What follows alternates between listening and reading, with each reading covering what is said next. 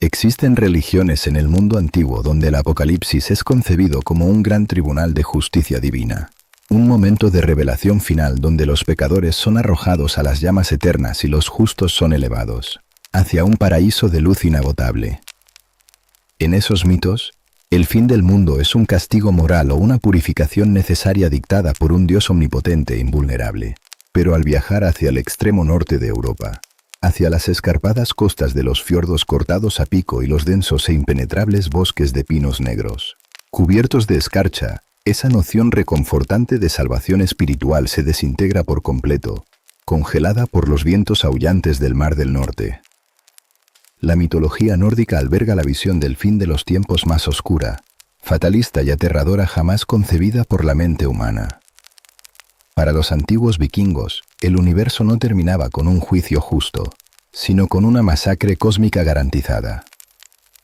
El Ragnarok no era un evento que pudiera ser evitado mediante rezos, sacrificios de sangre o buen comportamiento.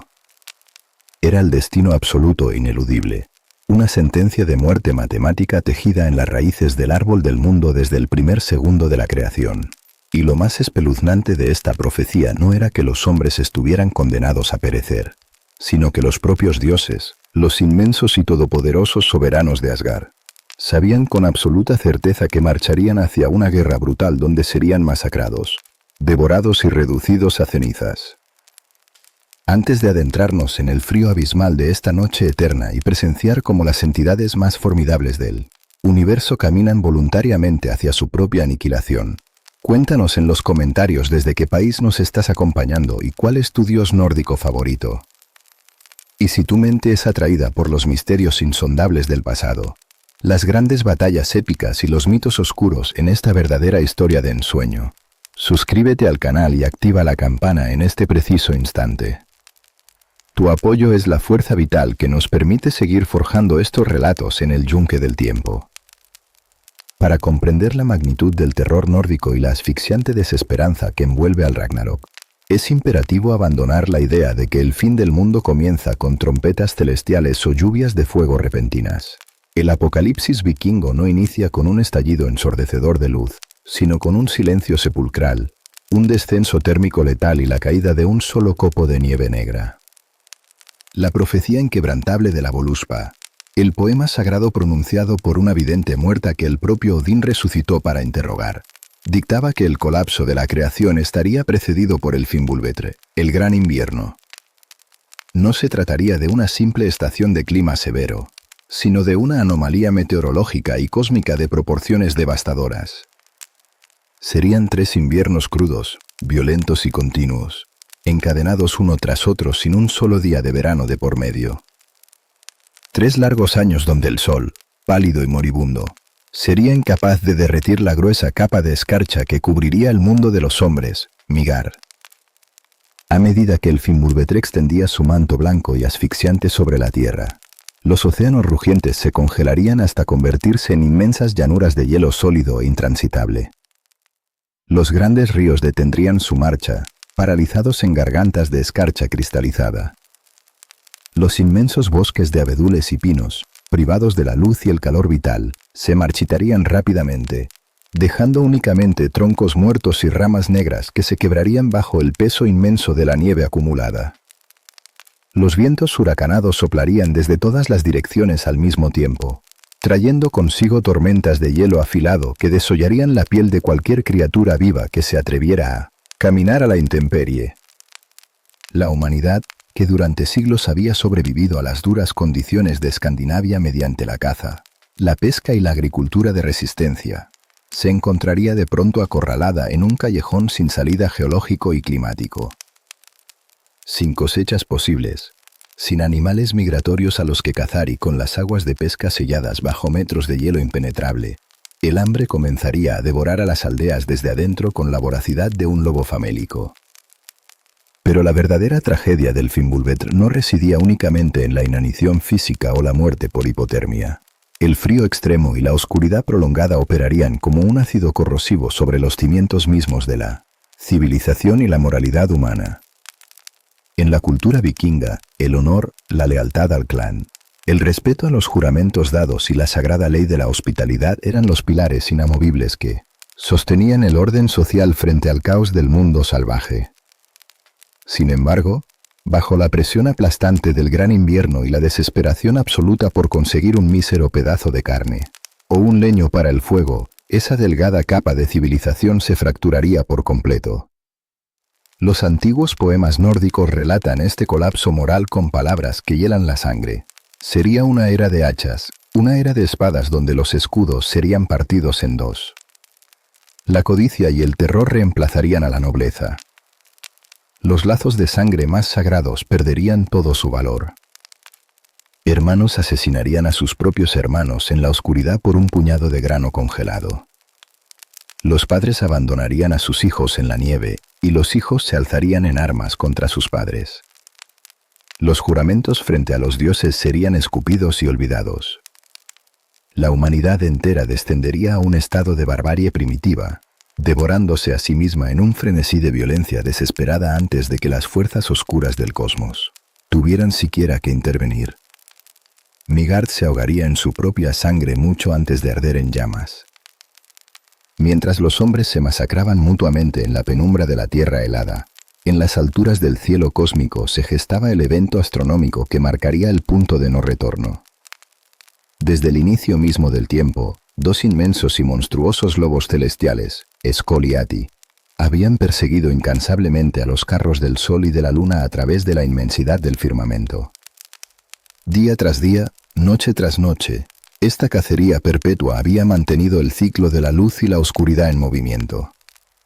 Pero el desgaste del Fimbulvetr debilitaría la magia que impulsaba a los astros. Los caballos celestiales, exhaustos, perderían su velocidad. Y finalmente, tras eones de persecución incesante, las inmensas mandíbulas se cerrarían sobre su presa. Skoll devoraría al sol y Ati tragaría a la luna. El cielo entero se teñiría de un rojo intenso, como si las heridas de los astros sangraran profusamente sobre las nubes, esparciendo una lluvia de sangre cósmica que caería sobre la nieve inmaculada de Midgard. Luego, la oscuridad absoluta, espesa y definitiva, caería como una lápida de granito sobre los 9 mundos. Las estrellas, privadas de sus anclajes en la bóveda celeste, se desprenderían y caerían al vacío del abismo, dejando un firmamento completamente negro y vacío. En el pináculo de la creación, dentro de los muros impenetrables y los majestuosos salones de oro de Asgard, el silencio reinaría con una pesadez asfixiante. Odín, el padre de todo, el gobernante supremo de la raza de los dioses Aesir, observaría la desaparición de la luz desde su elevado trono, Lixhalf. A diferencia de los soberanos de otras mitologías que se sorprenden ante la tragedia o confían ciegamente en su propia invulnerabilidad divina, Odín no experimentaría confusión alguna. Él es el dios de la sabiduría, la guerra y la poesía, y había pagado un precio inenarrable por ese conocimiento. En el amanecer de los tiempos, se había arrancado su propio ojo físico y lo había arrojado a las aguas del pozo de Mimir, y se había colgado de una rama del inmenso árbol Yggdrasil durante 9 días y 9 noches interminables, atravesado por su propia lanza, sangrando y al borde de la aniquilación existencial, todo con el único propósito de comprender los secretos ocultos del universo. Y el secreto más grande, terrible y pesado que Odín había obtenido en esa agonía mística era la visión fotográfica, exacta y detallada de su propia muerte inminente y la destrucción total de su reino. Él sabía exactamente qué monstruo abriría sus fauces para tragarlo vivo. Sabía que Bestia envenenaría a su hijo más fuerte, Thor. Sabía que las altas murallas de Asgard, que tanto esfuerzo había costado levantar, serían reducidas a escombros ardientes. La grandeza y la tragedia fundamental de la deidad suprema vikinga radican precisamente en esta consciencia absoluta del fracaso inevitable. Odín no reunió a su inmenso ejército de guerreros caídos, los Einherjar, en los grandes salones del Valhalla con la esperanza de ganar la guerra del fin del mundo y reinar eternamente en paz. Los reunió sabiendo matemáticamente que todos, desde el rey de los dioses hasta el último soldado de a pie, marcharían juntos hacia una derrota absoluta y gloriosa. Su lucha no era por la victoria táctica, sino por el honor indomable de enfrentar al caos de pie y con el arma empuñada, negándose rotundamente a someterse al miedo en la hora más oscura de la existencia. La desaparición de los astros en el cielo y el frío absoluto de la Tierra serían simplemente los síntomas visuales del colapso inminente de la infraestructura misma del universo. El tejido de la realidad comenzaría a desgarrarse de forma violenta y audible. Profundos y violentos terremotos empezarían a sacudir los 9 mundos con una fuerza tan brutal y sísmica que las montañas de roca maciza se partirían por la mitad, desmoronándose en inmensos aludes de piedra que borrarían los valles y aplastarían los asentamientos humanos sobrevivientes. Estos temblores no serían simples reacomodos de las placas tectónicas. Serían las convulsiones de agonía de las gruesas y milenarias raíces del propio Yggdrasil, el inmenso fresno cósmico que sostenía la creación entera entre sus ramas.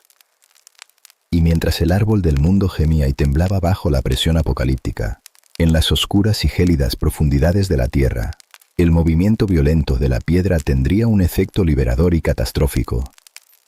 Todas las ataduras físicas, todas las cadenas forjadas con magia antigua y todos los grilletes que mantenían aprisionados a los mayores terrores del universo comenzarían a crujir, a tensarse hasta el límite de la física y, finalmente, a estallar en 1000 pedazos de acero roto.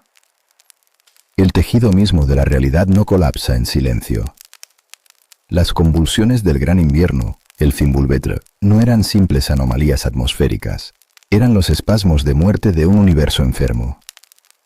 Desde el núcleo incandescente de Muspelheim en el sur hasta los abismos congelados de Niflheim en el norte, una onda de choque sísmica de proporciones incalculables comenzó a recorrer las inmensas y antiguas raíces del Yggdrasil, el gran fresno cósmico, la columna vertebral biológica y mágica que sostenía la arquitectura de los 9 mundos.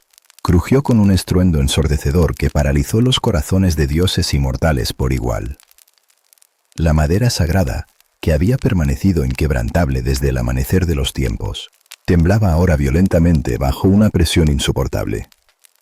Y fueron precisamente estos espantosos temblores los que ejecutaron la primera y más letal fase del apocalipsis. Las montañas de roca maciza en Midgard se partieron por la mitad, desmoronándose como si fueran castillos de arena seca, y en las profundidades oscuras de la tierra, la piedra viva se fracturó, liberando los peores terrores que la mente de los dioses había intentado sepultar para siempre. En una caverna subterránea, oculta en un abismo donde jamás había penetrado un solo rayo de luz solar, habitaba el prisionero más peligroso de toda la existencia. Loki, el dios del engaño, el cambiaformas, el hermano de sangre de Odín que había traicionado la confianza de Asgard de la manera más cruel e imperdonable. Su castigo no había sido la muerte rápida, sino una tortura psicológica y física diseñada por la furia implacable de los Aesir. Había sido atado a 3 inmensas rocas afiladas. Pero sus grilletes no estaban forjados con acero o bronce, los dioses habían asesinado a su hijo Narfi. Le habían arrancado las entrañas y habían utilizado esos mismos intestinos sangrantes para atar a Loki a la piedra, usando magia antigua para transformar los restos de su hijo en frías y pesadas cadenas de hierro inquebrantable. Sobre su rostro, una serpiente monstruosa había sido fijada a la bóveda de la cueva, goteando un veneno ácido y ardiente directamente sobre sus ojos. Durante eones, su leal esposa Sigyn había permanecido a su lado en la oscuridad, sosteniendo un cuenco de madera para recoger el ácido, pero cada vez que el recipiente se llenaba y ella debía girarse para vaciarlo, el veneno caía sobre el rostro del dios prisionero. La agonía era tan absoluta, el dolor tan desgarrador, que los violentos espasmos de Loki al retorcerse quemado por el ácido eran la verdadera y única causa de todos, los terremotos en el mundo de los hombres. Pero ahora, el temblor cósmico del Yggdrasil superó con creces la fuerza de la magia carcelaria de los dioses. La caverna subterránea colapsó sobre sí misma. Las 3 inmensas rocas afiladas se partieron por la mitad, y los intestinos de hierro que lo mantenían inmovilizado estallaron en 1000 pedazos metálicos, cayendo inútiles sobre el suelo de piedra húmeda. Loki se puso en pie en medio de la oscuridad. La figura que emergió de las sombras ya no era la del astuto, carismático y cínico embaucador que solía pasear por los salones dorados del Valhalla, bebiendo hidromiel y tejiendo mentiras elaboradas. Siglos de aislamiento asfixiante, el asesinato de sus hijos y la tortura incesante del ácido habían consumido cualquier rastro de piedad, humor o cordura en su mente inmortal. Su rostro estaba horriblemente desfigurado por las cicatrices químicas del veneno, y en sus ojos ahora solo ardía un fuego gélido de odio concentrado y absoluto. Se había convertido en la encarnación viva de la aniquilación. Loki no deseaba gobernar Asgard ni buscaba negociar un tratado de paz. Su único, desesperado y monumental objetivo era reducir la creación entera a cenizas ardientes y ver morir a Odín, frente a sus propios ojos. La liberación del dios del engaño fue solo el prólogo del horror.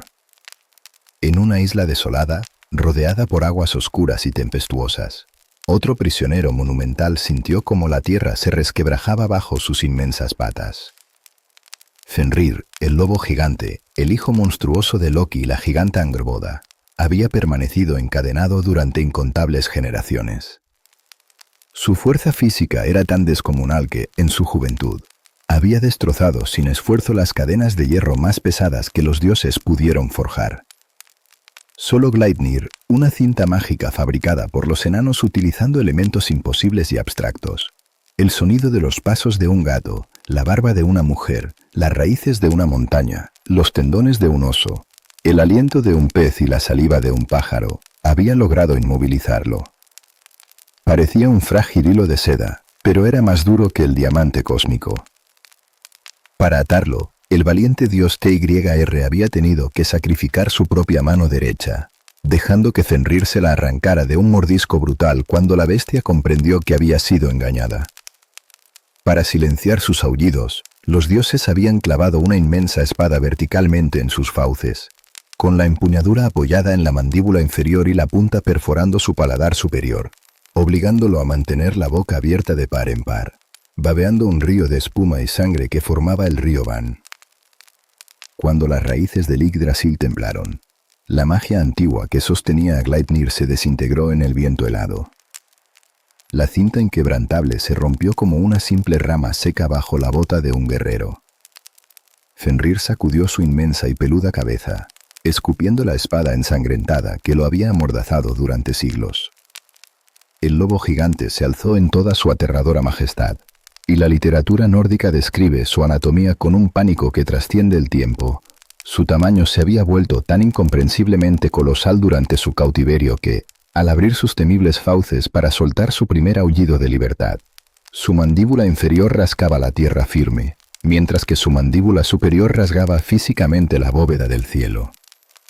De sus ojos y fosas nasales brotaban llamaradas de fuego ardiente. Impulsado por un hambre cósmica, insaciable e infinita, Fenrir comenzó a correr por las llanuras nevadas de Midgard, devorando absolutamente todo a su paso, tragando montañas, bosques, ríos congelados y asentamientos humanos enteros sin masticar, determinado a devorar la existencia misma hasta llegar a las puertas de Asgard. Simultáneamente, en las negras y gélidas profundidades del océano universal que rodeaba el mundo de los hombres, el tercer gran horror despertó de su letargo milenario. Jormungandr, la serpiente de Midgard, otro de los monstruosos hijos de Loki, había crecido en el abismo acuático hasta alcanzar un tamaño tan titánico que su cuerpo rodeaba la totalidad del planeta Tierra, obligándola a morderse su propia cola venenosa para encajar en el océano. Durante siglos, había permanecido inmóvil, un anillo de escamas oscuras durmiendo bajo las olas. Pero el llamado del Ragnarok resonó en las profundidades. Jormungandr abrió sus colosales fauces y liberó su cola.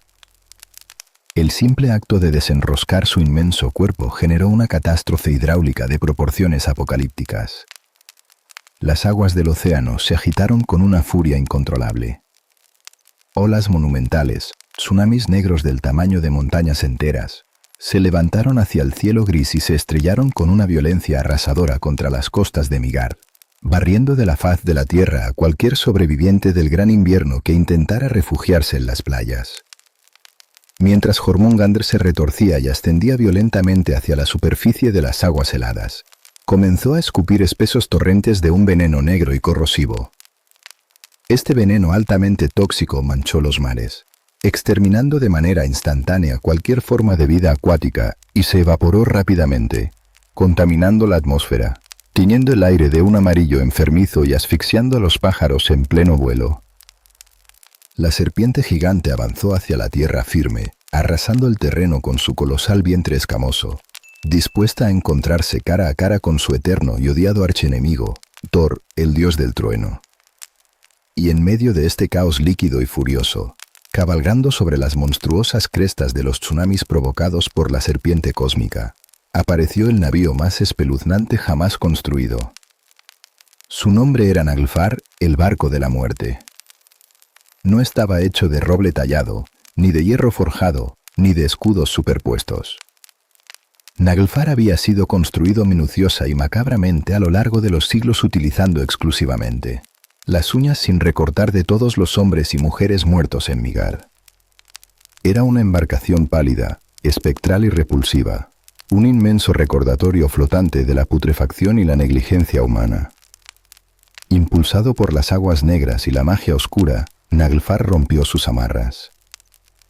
En la proa de este barco de pesadilla no viajaban marineros comunes, sino el inmenso ejército de los muertos sin honor provenientes del oscuro y gélido reino de Eleim, junto a hordas de gigantes de escarcha, todos sedientos de sangre divina y guiados por el propio Loki, que había tomado el timón tras su liberación.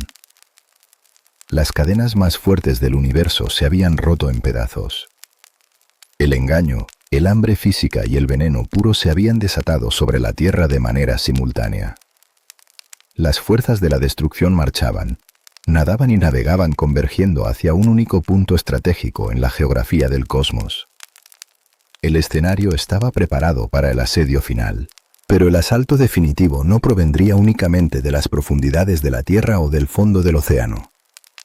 Desde las lejanas fronteras del sur, donde el calor derrite la mismísima piedra, la pesadilla más antigua de los dioses nórdicos comenzaba a movilizarse, dispuesta a marchar directamente sobre el puente arcoíris y reducir las nubes a cenizas estelares.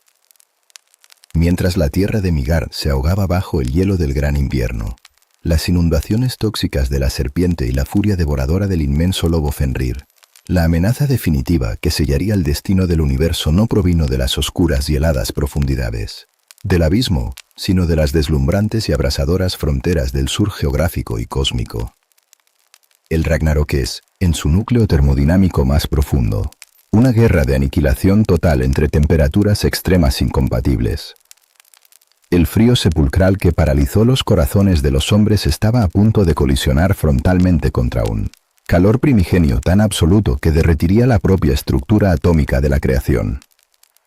Desde el reino ardiente de Muspelheim, una dimensión de fuego líquido, lava hirviente y mares de chispas incandescentes que existía mucho antes de que los dioses siquiera nacieran, la marcha fúnebre definitiva comenzó a movilizarse. En las ardientes fronteras de este infierno cósmico, un guardián colosal había permanecido en un silencio estoico y vigilante desde el primer segundo en que el universo tomó forma.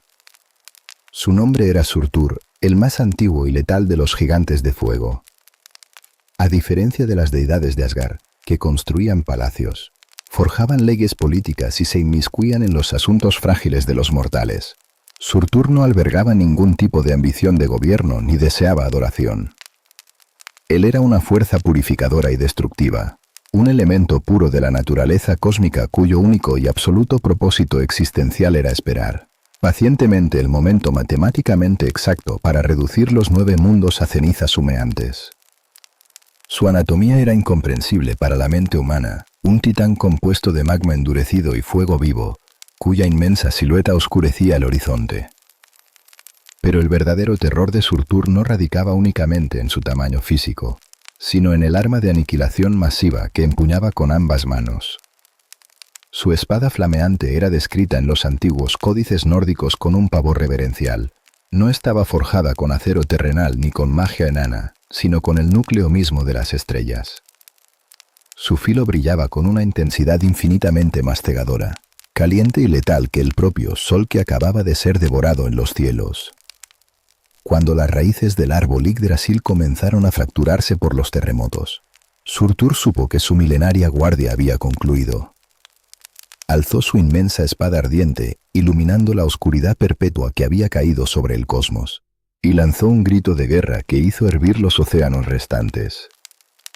A su orden, las puertas de Muspelheim se abrieron de par en par, y los hijos del fuego, un ejército incontable de gigantes envueltos en llamas y demonios de ceniza, comenzaron su marcha implacable hacia el norte.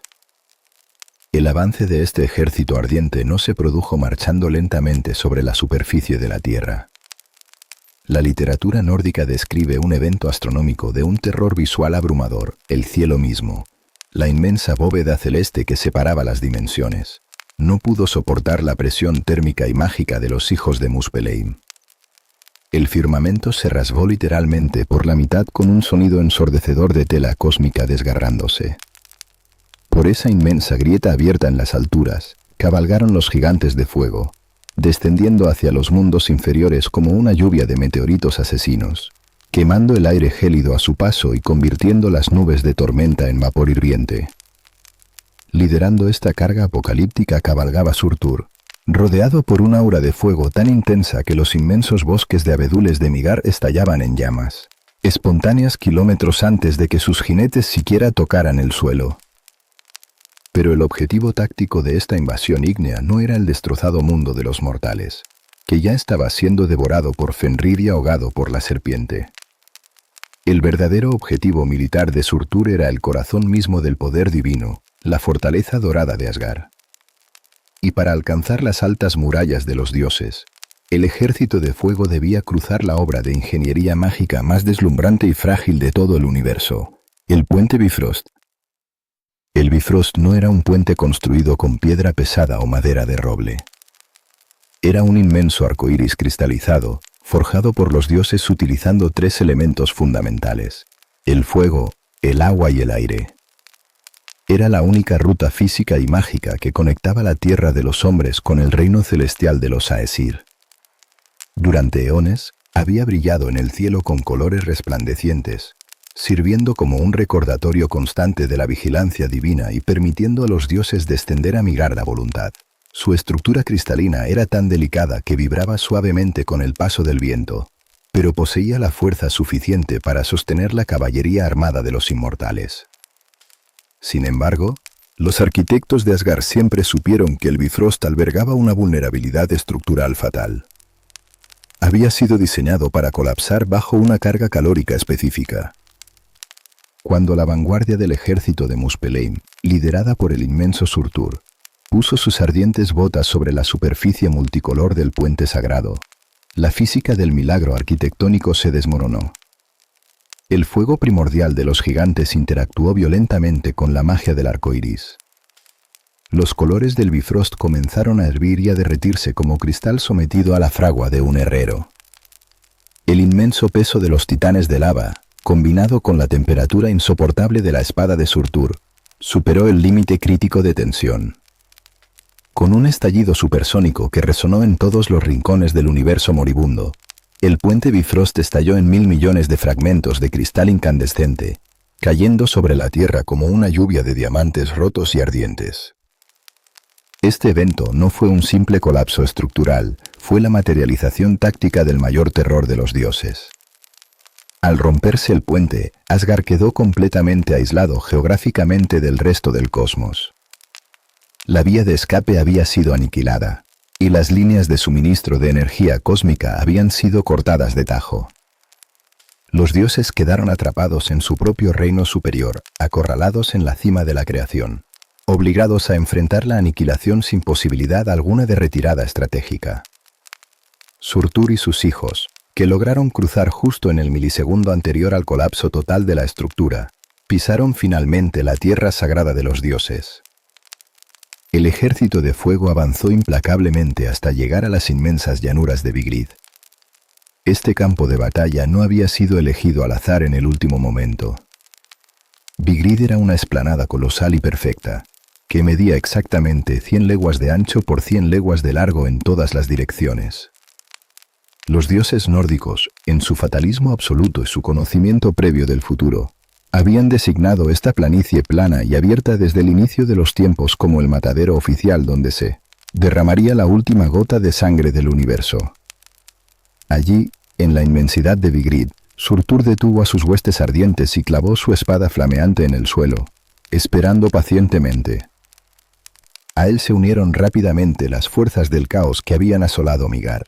El gigantesco lobo Fenrir con sus fauces babeando sangre, la colosal serpiente Jormungandr retorciéndose y envenenando el aire, y el espectral barco Nalfar, que había navegado sobre los tsunamis negros para desembarcar a Loki y a sus legiones de gigantes de Skarchai, muertos sin honor.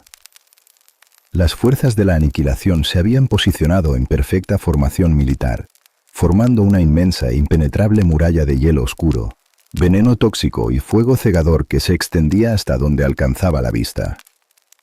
El cielo sobre ellos no era azul ni estrellado, sino un torbellino de humo negro y llamas furiosas. Frente a este panorama de devastación absoluta y matemáticamente inevitable, el silencio más pesado de la historia cayó sobre las inmensas murallas doradas de Asgard. El asedio cósmico había comenzado formalmente. Ya no había tiempo para asambleas diplomáticas, debates políticos ni sacrificios expiatorios. En el interior de la fortaleza divina, el centinela supremo de los dioses tomó aire en sus pulmones por última vez, preparándose para emitir el sonido que condenaría a su raza a la masacre total. El silencio absoluto que reinó en Asgard tras el estallido ensordecedor del Bifrost fue el prólogo más denso y asfixiante de la historia del cosmos. En el límite exacto donde el puente de cristal había tocado alguna vez la tierra dorada, se erguía la imponente fortaleza de Imimhor. Frente a sus inmensas puertas de roble y hierro, de pie y completamente solo ante la aniquilación inminente, aguardaba el centinela supremo de los dioses, Heimdall. Él no era un guerrero que buscara la gloria ciega en el combate cuerpo a cuerpo. Su pesada carga cósmica era la vigilancia perpetua. Poseía una visión sobrenatural capaz de ver crecer la lana en el lomo de una oveja a 100 leguas de distancia, en la más absoluta oscuridad, y un oído tan agudo que podía escuchar el imperceptible sonido de la hierba brotando de la tierra. Por lo tanto, Heimdall no necesitó que le llegaran mensajeros para comprender que el fin del mundo había tocado a sus puertas. Él vio, con un nivel de detalle aterrador que ningún otro dios poseía, la magnitud real de la invasión. Vio las escamas negras de Jormungandr destilando veneno hirviente. Vio los ojos inyectados en sangre del colosal lobo Fenrir devorando el horizonte. Observó la pálida madera del barco Naglfar acercándose sobre tsunamis oscuros y sintió en su propio rostro el calor abrasador de la espada estelar de Surtur fundiendo el cristal del arco iris bajo sus botas. Ante este panorama de muerte matemáticamente garantizada, Heimdall no retrocedió un solo centímetro. Levantó sus pesados brazos revestidos de cota de malla y llevó a sus labios el Hayarón, el cuerno resonante. Este instrumento divino, oculto y silenciado durante eones bajo las raíces del árbol del mundo, había sido reservado única y exclusivamente para este microsegundo preciso de la historia. Cuando Heimdall sopló con todas las fuerzas de sus pulmones inmortales, el sonido que brotó del Hayarón no fue un llamado a la victoria, ni una melodía de esperanza, ni un toque de corneta militar diseñado para inspirar coraje. Fue el grito de agonía más profundo, desgarrador y atronador jamás emitido en la creación.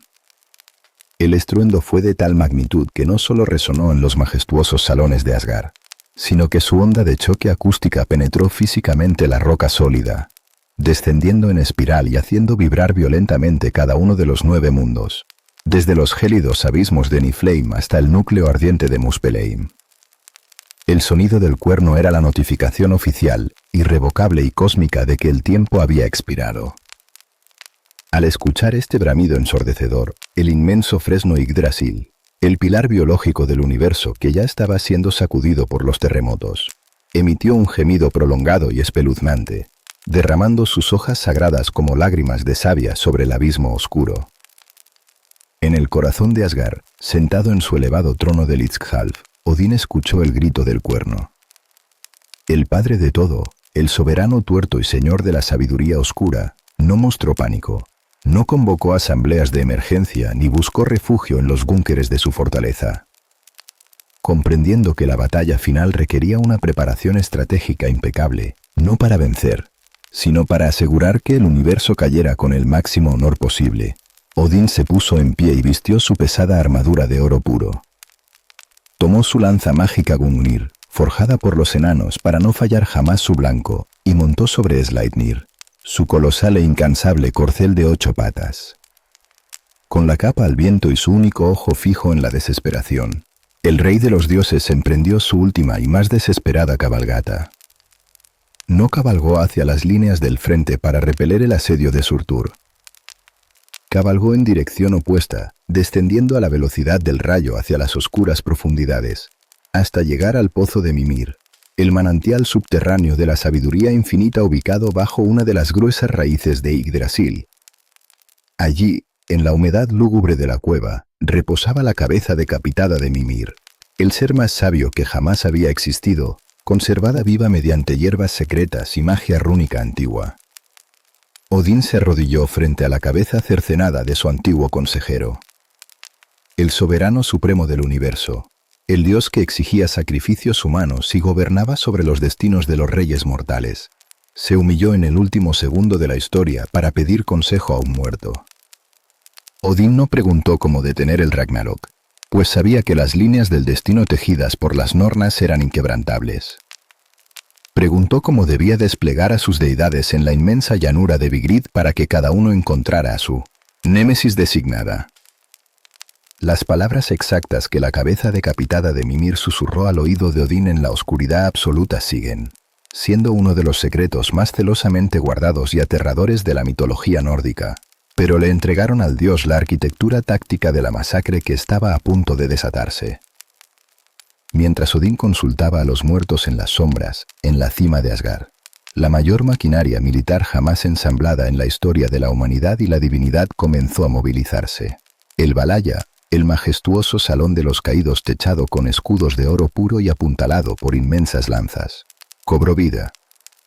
A lo largo de los siglos, las valquirias, las feroces doncellas guerreras de Odín, habían recorrido los campos de batalla ensangrentados de Midgard, seleccionando meticulosamente a los guerreros humanos más valientes, letales y formidables que morían con la espada empuñada en sus manos. Estos hombres, los Einherjar, habían sido llevados al Valhalla no para disfrutar de un paraíso de descanso eterno y paz espiritual. Habían sido reclutados para este preciso amanecer. Habían pasado cientos, quizás miles de años, luchando brutalmente entre sí durante el día y festejando con carne de jabalí y barriles de hidromiel durante la noche, en un ciclo de entrenamiento militar perpetuo, violento y exhaustivo. Al retumbar el Gallarón, el festín celestial se detuvo en seco. 540 inmensas puertas de roble macizo que custodiaban el Valhalla se abrieron de par en par, simultáneamente con un crujido que hizo temblar el suelo. De cada una de estas colosales aberturas, comenzaron a marchar 800 Einherjar hombro con hombro. Cientos de miles de los guerreros mortales más formidables de la historia humana salieron a la luz del cielo, cubierto de ceniza, portando cotas de malla relucientes, escudos abollados por 1000 batallas y espadas afiladas con piedras rúnicas. No había miedo en sus ojos, ni llanto, ni rezos pidiendo salvación. Ellos conocían el trato. Sabían que, a diferencia de su primera muerte en Midgard, esta vez no habría valquirias para recoger sus almas de la llanura de Vigrid. Sabían que marchar contra los gigantes de fuego y las bestias cósmicas significaba enfrentarse a la segunda y definitiva muerte, la aniquilación total de su existencia. Y sin embargo, avanzaron. Su lealtad hacia los dioses que los habían acogido era tan inquebrantable, y su abrazo del fatalismo vikingo tan absoluto, que consideraban el mayor de los honores marchar hombro con hombro junto a sus deidades creadoras directamente hacia las fauces de un infierno inevitable. A la cabeza de esta inmensa y disciplinada marea de escudos humanos se posicionaron los dioses Aesir y Vanir. Thor, el dios del trueno, apretó con furia el mango de su martillo triturador, Mjolnir, sintiendo la electricidad crepitar en el aire viciado. Tyr, el dios de la guerra que había sacrificado su mano derecha para encadenar a Fenrir, desenvainó su espada con la mano izquierda, su rostro endurecido como el granito. Freyr, el luminoso dios de la fertilidad, que en un trágico error de juventud había regalado su espada mágica por amor, Avanzó hacia la muerte armado patéticamente con la cornamenta afilada de un ciervo, sabiendo que su falta de armamento le costaría la vida frente a Surtur. Y liderando la marcha fúnebre regresó Odín, montado en Sleipnir, empuñando su lanza dorada y con la capa negra ondeando como las alas de un inmenso cuervo de la muerte. La hueste divina y humana descendió como una avalancha de oro y acero hacia la llanura de Vigrid. Allí, frente a la inabarcable muralla de fuego hirviente de Surtur, la niebla tóxica de Jormungandr, las fauces ensangrentadas de Fenrir y el odio deformado de Loki, el ejército de los dioses detuvo su marcha. Se habían encontrado en el matadero cósmico. El choque en la inmensa llanura de Vigrid no fue una batalla táctica de formaciones ordenadas o flanqueos estratégicos. Fue una colisión frontal de fuerzas elementales desatadas. Un cataclismo biomecánico y mágico de proporciones inconcebibles. El estruendo de cientos de miles de espadas de acero chocando contra escudos de madera de fresno fue ahogado instantáneamente por el rugido ensordecedor del fuego de Muspelheim y los aullidos cósmicos de las bestias liberadas. En el epicentro exacto de este pandemonium absoluto, Odín, el padre de todo, fijó su único ojo intacto en la aberración biológica que estaba destinada a ser su tumba. No eligió enfrentarse a Loki para castigar su traición personal, ni buscó cruzar su lanza contra la abrasadora espada estelar de Surtur. Con una valentía estoica que rayaba en la locura suicida y un sentido del honor inquebrantable dictado por las nornas, Odín espoleó a su corcel de 8 patas, Sleipnir, y cargó en línea recta, a la velocidad de un trueno dorado, directamente hacia las fauces abiertas del monstruo más inmenso y letal de la creación, el lobo gigante Fenrir. La escala física de este duelo desafía los límites de la comprensión humana y empequeñece cualquier choque épico de la antigüedad. Mientras el caballo de Odín galopaba atravesando las filas enemigas, Fenrir avanzaba arrasando la llanura. Las mandíbulas del inmenso lobo estaban tan monstruosamente desencajadas por el hambre eterna y la furia que sus colmillos inferiores surcaban y destrozaban la tierra firme, levantando nubes de roca triturada como un arado cósmico, mientras que sus colmillos superiores rasgaban y perforaban la capa de nubes tóxicas y ceniza en el cielo cerrado. De sus oscuras fosas nasales y de sus ojos inyectados en sangre brotaban llamaradas de fuego vivo que incineraban a los guerreros de ambos bandos atrapados en su camino. Odín no dudó ni frenó su embestida. Arrojó su lanza mágica Gungnir con toda la fuerza cinética acumulada en eones de soberanía divina, un proyectil infalible forjado por los maestros enanos para perforar cualquier material en el universo. Pero la elevada magia rúnica de Asgard, que durante milenios había gobernado en secreto los destinos de los imperios y de los reyes mortales, resultó ser trágica y patéticamente inútil frente a la fuerza entrópica bruta y primigenia de la bestia primordial. Fenrir no esquivó el golpe de la lanza, simplemente abrió aún más sus inmensas fauces babeantes de sangre y espuma y, en un solo y terrorífico movimiento de aniquilación absoluta, se tragó entero a Odín. Devoró al soberano supremo junto con su pesada armadura de oro puro, su lanza mágica y su colosal corcel de 8 patas. El dios más sabio y temido del universo desapareció instantáneamente en la oscuridad hirviente del estómago del lobo. No hubo un último discurso épico, ni un destello cegador de luz divina, ni un milagro de última fracción de segundo, solo el sonido sordo y desgarrador de la carne y el hueso inmortal siendo aplastados en la garganta de la bestia. El arquitecto del universo vikingo había muerto de la manera más humillante y visceral concebible, procesado como simple alimento biológico.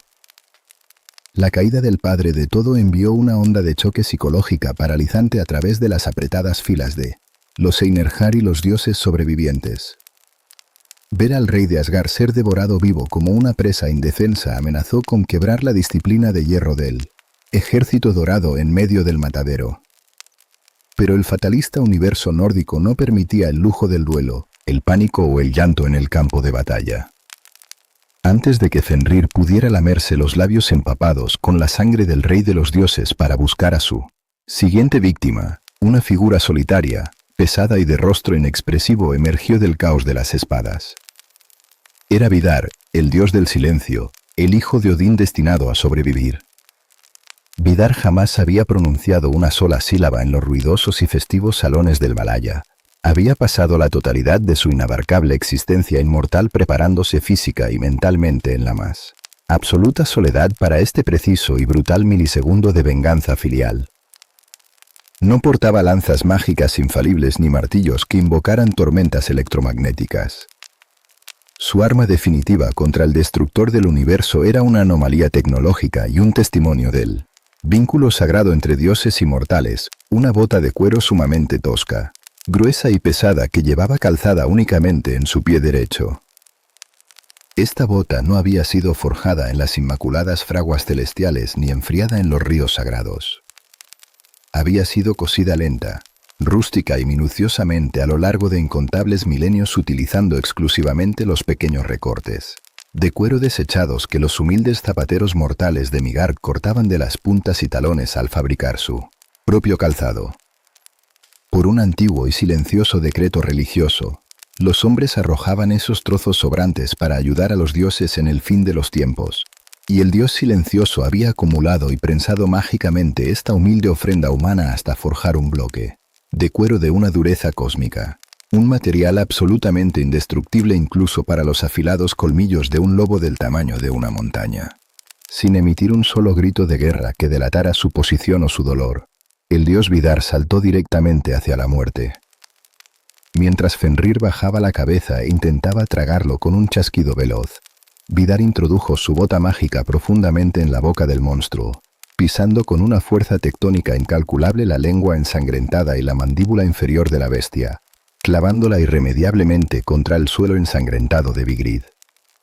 Simultáneamente, demostrando una fuerza bruta que rivalizaba con la de su hermano Thor, el dios silencioso extendió sus inmensas manos desnudas y agarró firmemente la mandíbula superior del lobo, hundiendo sus dedos como garfios de acero en las encías escamosas y humeantes.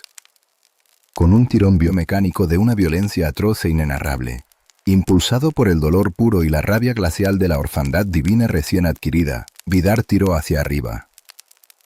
La resistencia de los huesos gruesos y los tendones cósmicos del monstruo cedió con un estallido sordo que resonó por encima del fragor de la batalla. El lobo gigante, el asesino de Odín, fue rasgado por la mitad desde las fauces hasta el vientre, derramando un río de sangre hirviente y entrañas inmensas que inundó la llanura muerta. El rey de los dioses había sido vengado mediante la fuerza pura, brutal y sin palabras. Mientras la sangre hirviente del rey de los dioses teñía la llanura de Vigrid y el inmenso lobo Fenrir era desgarrado por la mitad en un acto de brutal venganza filial. El guerrero más formidable y venerado de toda la creación se encontraba trágicamente incapacitado para acudir al rescate de su padre. Thor, el dios del trueno, el protector indiscutible de la raza humana y el campeón absoluto de Asgard, estaba atrapado en su propio cataclismo biomecánico. A escasos metros de la carnicería de Odín, Thor libraba una guerra de aniquilación personal contra la criatura que había odiado con cada fibra de su ser. Inmortal desde el amanecer de los tiempos, Jormungandr, la serpiente de Midgard. Este duelo no era una simple escaramuza en medio del caos generalizado. Era el clímax de una enemistad cósmica milenaria. Un choque de fuerzas elementales tan puras y destructivas que amenazaba con hacer estallar la geografía misma del campo de batalla antes de que el fuego de Surtur pudiera siquiera tocarla. La serpiente de Midgard no combatía con estrategia militar ni empleaba formaciones tácticas. Su inmensa anatomía, lo suficientemente masiva como para haber rodeado el planeta Tierra entero, era un arma de destrucción masiva en sí misma. Se retorcía furiosamente sobre la llanura muerta de Vigrid, aplastando bajo su vientre de escamas negras y afiladas a miles de guerreros Einherjar y gigantes de escarcha por igual, reduciéndolos a una pulpa sangrienta sin siquiera registrar su existencia. Pero el verdadero terror de Jormungandr no residía en la fuerza bruta de sus anillos constrictores, sino en el miasma letal que exhalaba sin cesar. De sus colosales fauces abiertas brotaban nubes densas y asfixiantes de un veneno negro, ácido y humeante que derretía las cotas de malla de oro, calcinaba la carne hasta el hueso y envenenaba el escaso oxígeno que quedaba en la atmósfera del universo moribundo. Thor avanzaba a través de este infierno tóxico, con los pulmones ardiendo y la visión nublada por el humo corrosivo, negándose a ceder un solo milímetro de terreno. El dios del trueno no portaba lanzas elegantes ni espadas forjadas para el duelo ágil, empuñaba a Mjolnir, el martillo triturador, la herramienta de ejecución más pesada y devastadora de los 9 mundos. Las tormentas electromagnéticas, respondiendo a la furia de su amo, se arremolinaban en el cielo negro de Vigrid, descargando relámpagos cegadores que iluminaban el campo de batalla con destellos espectrales. Thor saltó sobre los anillos escamosos de la bestia, esquivando embestidas de una mandíbula que poseía colmillos del tamaño de glaciares invertidos. Cada vez que Mjolnir impactaba contra la coraza de la serpiente, el estruendo supersónico destrozaba los tímpanos de los mortales cercanos y generaba ondas de choque que fracturaban la roca sólida a kilómetros de distancia. Era una demostración de pura, absoluta e implacable violencia cinética. Thor golpeaba con la desesperación de un protector que sabe que su mundo ya está perdido, canalizando toda la ira de la humanidad condenada en cada giro de su martillo.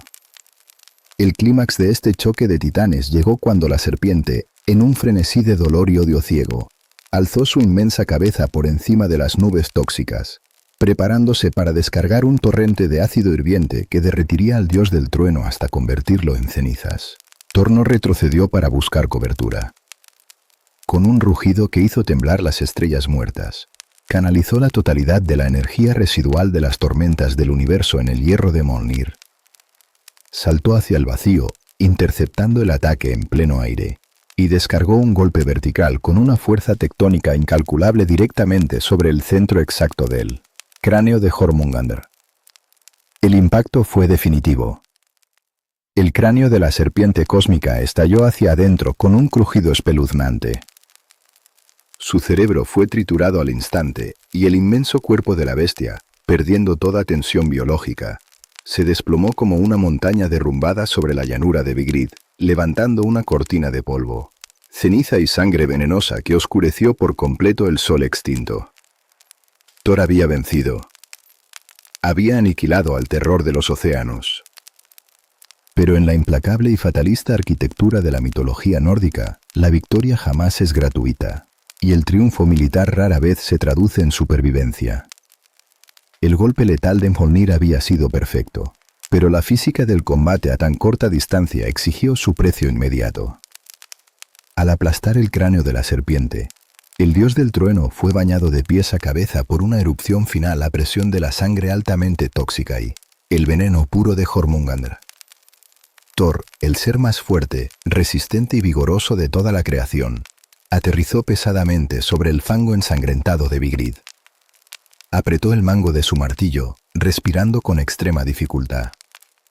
El veneno ácido no solo estaba disolviendo su piel y su carne divina, sino que había penetrado profundamente en su torrente sanguíneo, paralizando sus órganos internos y congelando su corazón inmortal en una agonía abrasadora.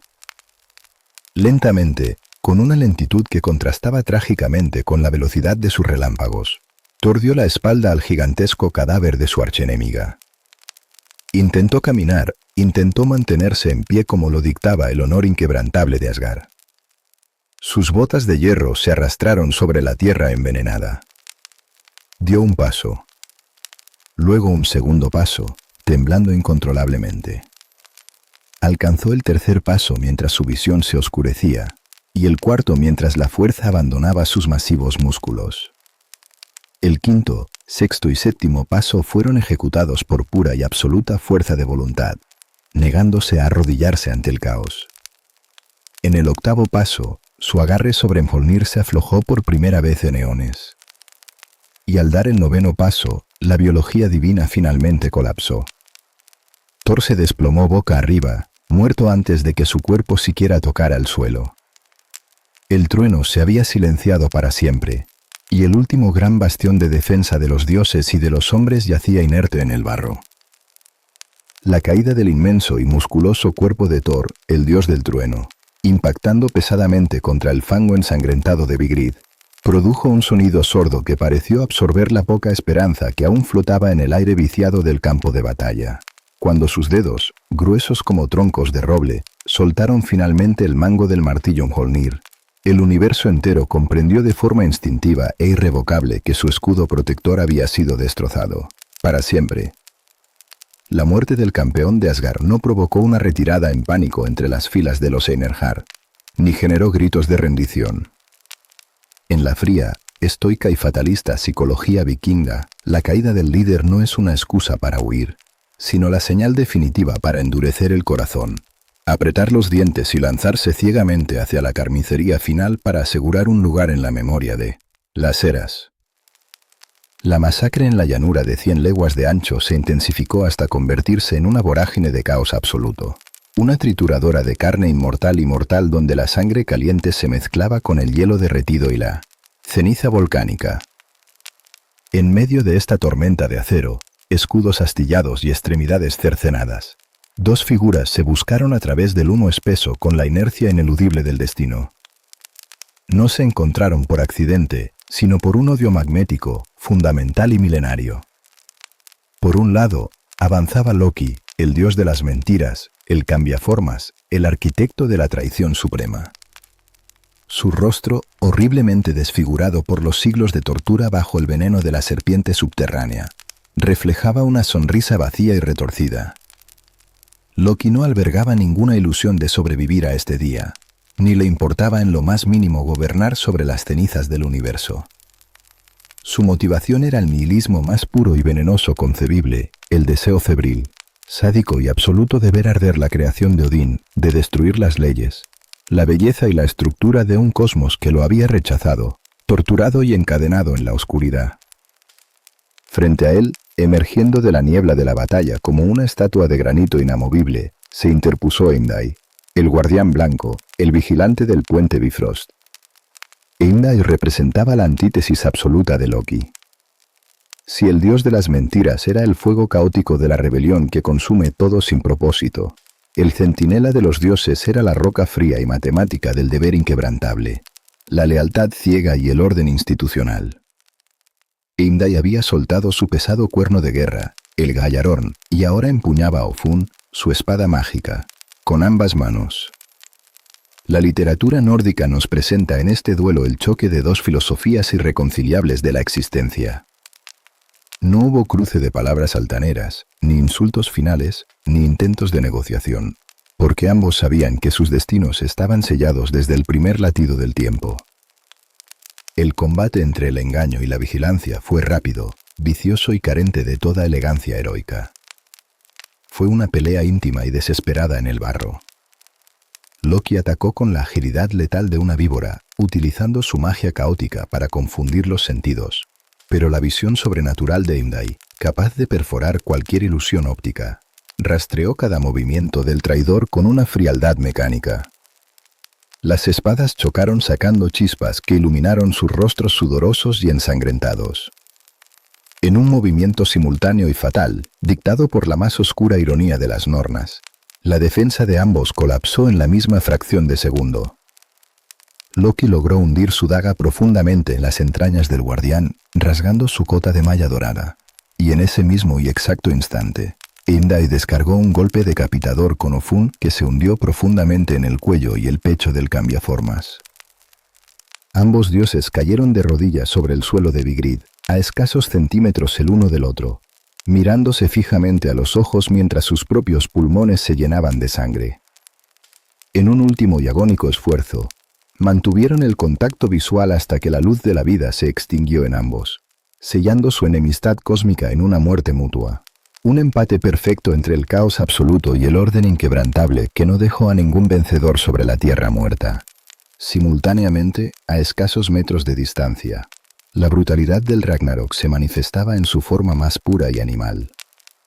TYR, el valeroso y manco dios de la guerra, el único ser en todo Asgard que había tenido el valor suficiente para sacrificar su propia extremidad en las fauces de Fenrir por el bien común, se enfrentaba a su propio destino atroz.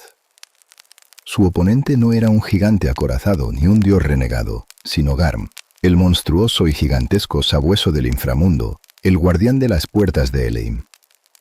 La bestia poseía un pelaje empapado permanentemente en sangre coagulada, ojos ciegos y blancos que brillaban en la oscuridad, y fauces diseñadas para triturar los huesos del alma humana. El duelo fue de un salvajismo prehistórico. TYR, combatiendo estoicamente con una sola mano, Logró esquivar las inmensas garras de la bestia y hundió su espada directamente en el corazón palpitante del sabueso demoníaco. Pero el impulso de Garm fue imparable. En su último espasmo de muerte, el monstruo cerró sus enormes y podridas mandíbulas sobre la garganta y el pecho del dios de la guerra, desgarrando su garganta de cuajo. El dios más valiente de la creación murió ahogado en su propia sangre, sepultado bajo el cadáver inmenso y apestoso de la bestia del infierno, demostrando la cruda realidad del fatalismo escandinavo. El coraje y el sacrificio supremo no otorgan inmunidad diplomática contra la muerte. Simplemente te permiten elegir a qué monstruo llevarte contigo al abismo de la nada. El último de los grandes generales de Asgard en caer fue una figura trágica que no pertenecía a la estirpe guerrera, sino a la esencia misma de la vida y la fertilidad. Freyr, el luminoso dios de los Vanir, el señor de las cosechas doradas, el sol de verano y la lluvia generosa. Su presencia en la llanura de la muerte era la encarnación de la melancolía nórdica. En su juventud, cegado por la pasión y el deseo irreprimible hacia la hermosa giganta Hel, Freyr había cometido el error táctico más catastrófico de toda la mitología. Había regalado su espada mágica, una hoja consciente capaz de luchar por sí sola y defender a su amo de cualquier ataque, a cambio de conseguir el amor de la joven. Ahora, en el fin del mundo, el dios de la vida se encontraba frente al mismísimo ejecutor de la muerte térmica del universo. Ante Freyr se alzaba la figura colosal, humeante e insoportablemente caliente de Surtur, el rey de los gigantes de fuego de Muspelheim. Surtur no atacó de inmediato. Su avance era lento, metódico e imparable, quemando la tierra negra bajo sus inmensas botas de magma. Freyr, desprovisto de su armamento divino y sabiendo que su muerte era matemáticamente segura, no huyó. En un acto de desesperación heroica y un tributo a la naturaleza salvaje que él mismo representaba, el dios dorado cargó contra el titán de fuego armado única y patéticamente con la pesada cornamenta afilada de un ciervo macho que había recogido del suelo. La carga de Freyr fue rápida y audaz, logrando asestar golpes ciegos contra las piernas de lava del gigante, intentando perforar su coraza de magma endurecido con el hueso afilado del animal. Pero la diferencia termodinámica era insalvable. Antes de que la cornamenta pudiera causar un daño real, el calor que irradiaba la espada estelar de Surtur comenzó a derretir la armadura de Freyr y a ampollar su piel divina.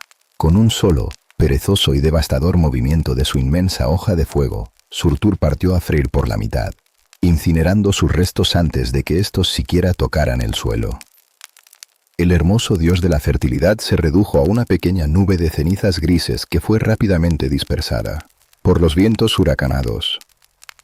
La vida orgánica y la agricultura del universo habían sido oficialmente ejecutadas. El silencio que siguió a la caída de Freyr fue el preludio del fin. Las batallas singulares habían concluido. En la inmensa llanura de Vigrid yacía el panteón entero, destrozado y exterminado. Odín estaba en el vientre de un lobo muerto. Thor yacía envenenado y putrefacto. Loki y Heimdall se desangraban abrazados en su odio.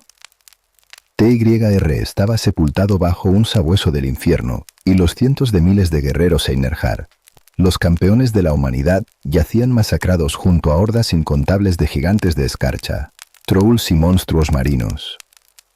La llanura era un inmenso y espantoso mar de cadáveres mutilados, vísceras derramadas y metales retorcidos, iluminado débilmente por los incendios aislados que consumían los restos de las armas mágicas. Los 9 mundos estaban vacíos de liderazgo, de esperanza y de voluntad de luchar. El tablero de ajedrez cósmico había sido barrido por completo. Solo Surtur quedaba en pie en el centro exacto de la matanza. El antiguo gigante de fuego no celebró la victoria. No proclamó su soberanía sobre el universo muerto ni exigió que se construyeran templos en su honor. Él no era un conquistador ambicioso con ego humano, era una fuerza cósmica de limpieza, el borrador definitivo del lienzo de la creación, programado desde el nacimiento del espacio y del tiempo para ejecutar una sola y monolítica directiva. Surtur alzó lentamente la mirada por encima de la llanura cubierta de cadáveres y fijó su vista ardiente en el inmenso, tembloroso y malherido tronco del árbol Yggdrasil, cuyas ramas sostenían los restos de la realidad. Con ambas manos, Surtur levantó su inmensa espada forjada en el núcleo de las estrellas más calientes del abismo. No pronunció ningún hechizo, solo dejó que la energía térmica absoluta, retenida durante eones, se desbordara de la hoja de su arma. Surtur clavó la espada profundamente en la tierra ensangrentada y desató el infierno. Una onda expansiva de fuego puro, líquido y cegador estalló desde el punto de impacto, viajando a una velocidad hipersónica en todas las direcciones simultáneamente. El fuego no quemó la tierra, la desintegró a nivel atómico. La tormenta de fuego de Muspelheim envolvió instantáneamente las raíces expuestas de Yggdrasil. Las llamas treparon por el tronco inmenso del fresno sagrado con un rugido ensordecedor, consumiendo la madera mística que había sostenido los mundos, evaporando la savia mágica y convirtiendo las hojas inmortales en chispas fugaces. El fuego purificador se extendió hacia el mundo de los hombres, Migar. Los vastos océanos, previamente congelados por el gran invierno y luego envenenados por la serpiente cósmica, comenzaron a hervir frenéticamente en un lapso de segundos. Billones de toneladas de agua salada se evaporaron instantáneamente, dejando al descubierto los oscuros abismos del lecho marino antes de que la propia roca del fondo del océano comenzara a fundirse en magma incandescente. Las grandes montañas de los continentes se derritieron como si estuvieran hechas de cera barata expuesta a la llama, directa de una vela. Las llamas ascendieron entonces hacia los cielos cerrados. El fuego consumió las hermosas y elevadas llanuras doradas de Asgard, los majestuosos salones de los dioses, las altísimas torres del Valhalla y el trono de Litzhald desde donde Odín había observado el mundo, se licuaron en ríos de oro fundido que llovían sobre la nada. El cielo mismo, la inmensa bóveda celeste diseñada por los dioses primigenios a partir del cráneo del gigante Ymir, no pudo soportar el calor termodinámico. El firmamento se encendió en llamas, tiñéndose de un color naranja asfixiante y enfermo. Sin las ramas del árbol para sostenerlas, y con el cielo ardiendo, las estrellas se soltaron de sus órbitas fijas. En una imagen de una belleza pavorosa y apocalíptica, miles de soles distantes llovieron sobre el universo moribundo, hundiéndose como brasas apagadas en el mar hirviente de vapor y sangre. El fuego devoró la geografía, el espacio, el tiempo y la memoria misma de la raza humana y divina. Midgard, consumida hasta sus cimientos más profundos, cedió bajo su propio peso calcinado. Lentamente, envuelta en columnas de humo tóxico y vapor supercaliente, la corteza carbonizada del planeta comenzó a hundirse, tragada por las oscuras y silbantes aguas de un océano primordial que no albergaba ya ninguna forma de vida. Cuando el último pedazo de tierra desapareció bajo la superficie líquida, el inmenso rugido del fuego se apagó de golpe, asfixiado por el agua. La luz se extinguió por completo. Las estrellas habían caído, los dioses habían sido masacrados. La tierra se había ahogado y el árbol del mundo era solo un fantasma de ceniza en la memoria del vacío. El universo nórdico regresó al Ginnungagap, el inmenso y frío abismo del que había surgido, sumido en un silencio total, sepulcral y absoluto. El Ragnarok se había consumado. La obra estaba terminada. El abismo de Ginnungagap había reclamado su territorio. Durante un tiempo incalculable, un lapso donde los relojes cósmicos habían dejado de girar por falta de manos divinas que los operaran, no existió el concepto del día o de la noche. Solo existía una negrura acuática, silenciosa, absoluta y fría, un océano primordial que mecía en sus profundidades insondables las cenizas de dioses inmortales, gigantes de fuego, bestias apocalípticas y millones de guerreros mortales.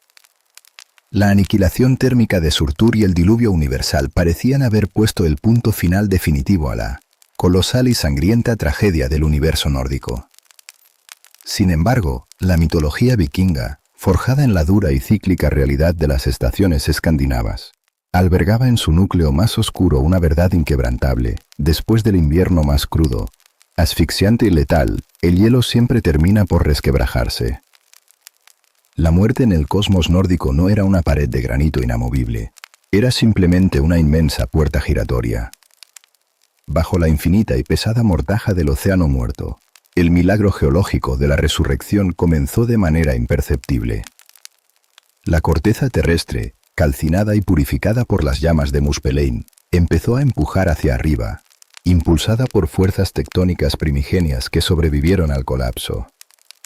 Lentamente, emergiendo de las aguas saladas y rompiendo la superficie lisa del mar infinito, aparecieron las primeras cimas de nuevas montañas de roca virgen.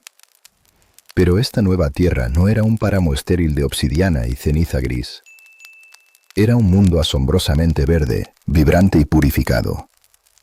Las cascadas de agua dulce y cristalina comenzaron a fluir por las laderas escarpadas, y la hierba esmeralda brotó espontáneamente sobre los valles sin necesidad de que ninguna mano arara el suelo. Los cielos, despojados del humo tóxico de la serpiente y de las cenizas del árbol sagrado, se abrieron para revelar un firmamento prístino y despejado, iluminado por una nueva luz cálida y radiante. Antes de ser devorada por el lobo Skoll, la antigua deidad solar había dado a luz a una hija, una estrella de brillo aún más intenso y puro que su madre, que ahora recorría la misma antigua ruta celestial, derramando su luz sobre un mundo recién lavado. En medio de esta geografía renacida, en el punto exacto donde alguna vez se erigieron las altas y gloriosas murallas de Asgard, apareció la llanura de Idabol, el campo del resplandor. Hacia este prado sagrado e intacto, comenzaron a caminar lentamente los herederos de la ruina, los pocos y magullados sobrevivientes del apocalipsis. Desde los rincones oscuros del mundo, donde el fuego de Surtur no logró penetrar por completo, llegó Vidar, el dios del silencio, el asesino del lobo gigante, con su bota de cuero manchada con la sangre seca del fin de los tiempos. A su lado caminaba su hermano Valí. No eran los monarcas arrogantes y majestuosos del pasado, eran veteranos de la carnicería absoluta, dioses huérfanos marcados por el trauma del universo. Poco después, cruzando los nuevos valles verdes, aparecieron Magni y Moudi, los valerosos hijos del dios del trueno. Su marcha era pesada y solemne, porque sobre sus robustos hombros cargaban el artefacto más pesado y legendario de la creación, Mjolnir, el martillo triturador. Habían rescatado el arma de la tierra envenenada de Vigrid, levantándolo del fango donde su padre había caído fulminado por el veneno de Jormungand. Mjolnir ya no sería un instrumento de ejecución masiva para reventar los cráneos de los gigantes de hielo. Ahora, en manos de la nueva generación, se convertiría en el mazo fundacional para consagrar los cimientos de una nueva era de paz. Pero el verdadero triunfo cósmico sobre el fatalismo del Ragnarok no se manifestó en la supervivencia de los hijos, sino en la victoria sobre la propia muerte. Desde las profundidades oscuras de Helheim, el gélido reino de los muertos que había perdido sus barrotes y sus guardias durante el colapso del Yggdrasil, ascendieron dos figuras que devolvieron la luz a la llanura de Idabol, Baldr, el dios de la belleza y la pureza, cuya trágica muerte por culpa de Loki había sido el primer presagio del fin del mundo, y su hermano ciego Hodr, el instrumento involuntario de su asesinato. Habían caminado a través del fuego purificador y la inundación universal protegidos en la matriz del inframundo. Ahora, libres de las sombras y perdonados por el fuego y el agua, los dos hermanos caminaron hombro con hombro sobre la hierba verde, demostrando que la luz asesinada por el engaño puede, en última instancia, resucitar para heredar la tierra. Los dioses sobrevivientes se reunieron en círculo sobre la inmensa llanura de Idabol. Se sentaron en el suelo, rodeados por el silencio de un mundo nuevo, y comenzaron a hablar. Conversaron en voz baja sobre las inmensas batallas de sus padres, sobre el terror de la serpiente cósmica, sobre el aullido tronador del lobo y sobre el sacrificio supremo de Odín. Y mientras hablaban de los días antiguos de gloria y destrucción, apartaron la hierba verde con sus manos para descubrir algo asombroso, oculto y milagrosamente intacto en la tierra, las antiguas y hermosas piezas de ajedrez forjadas en oro macizo con las que los dioses Aesir solían jugar en el amanecer del mundo anterior.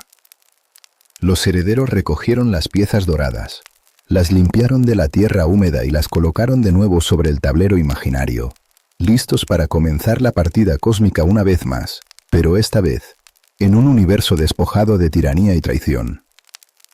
El cosmos divino había sido restaurado, pero la creación carecería de propósito sin la raza humana para presenciarla. Durante la espantosa aniquilación térmica del Ragnarok, la humanidad no había sido erradicada por completo. En lo más profundo del Hodrimishold, el sagrado e impenetrable bosque forjado por la madera misma del árbol del mundo, la magia más antigua de la creación había protegido un refugio microscópico. Allí, ocultos en la oscuridad del interior de un inmenso tronco, un hombre llamado Lif, vida, y una mujer llamada Lif Trasir, deseo de vivir, habían sobrevivido a la espada de fuego de Surtur y al ahogamiento de Migar. Durante los largos años del invierno, el fuego y la inundación, se habían mantenido con vida alimentándose exclusivamente del brillante rocío de la mañana que destilaba la madera sagrada. Cuando las aguas finalmente retrocedieron y el calor del nuevo sol acarició la corteza del árbol, la pareja salió de su escondite, parpadeando ante la inmensidad de un planeta verde y virgen. De su sangre, purificada por la resistencia y el rocío divino, nacerían todas las nuevas generaciones de seres humanos. El apocalipsis de hielo y fuego no fue el abismo final del cosmos vikingo, fue simplemente la poda brutal, necesaria y catastrófica de un árbol enfermo para permitir el crecimiento de ramas nuevas y fuertes. La épica del Ragnarok nos hereda la enseñanza más profunda y oscura del norte, que todo lo que se alza majestuoso está inevitablemente condenado a caer en la ruina, que el valor no se mide por la garantía de la victoria, sino por la disposición de enfrentar la derrota, ineludible con la espada en la mano, y que incluso de las cenizas más radiactivas de la guerra total, la vida, el orden y la luz encontrarán siempre, de forma lenta, dolorosa y majestuosa, la manera de volver a brotar.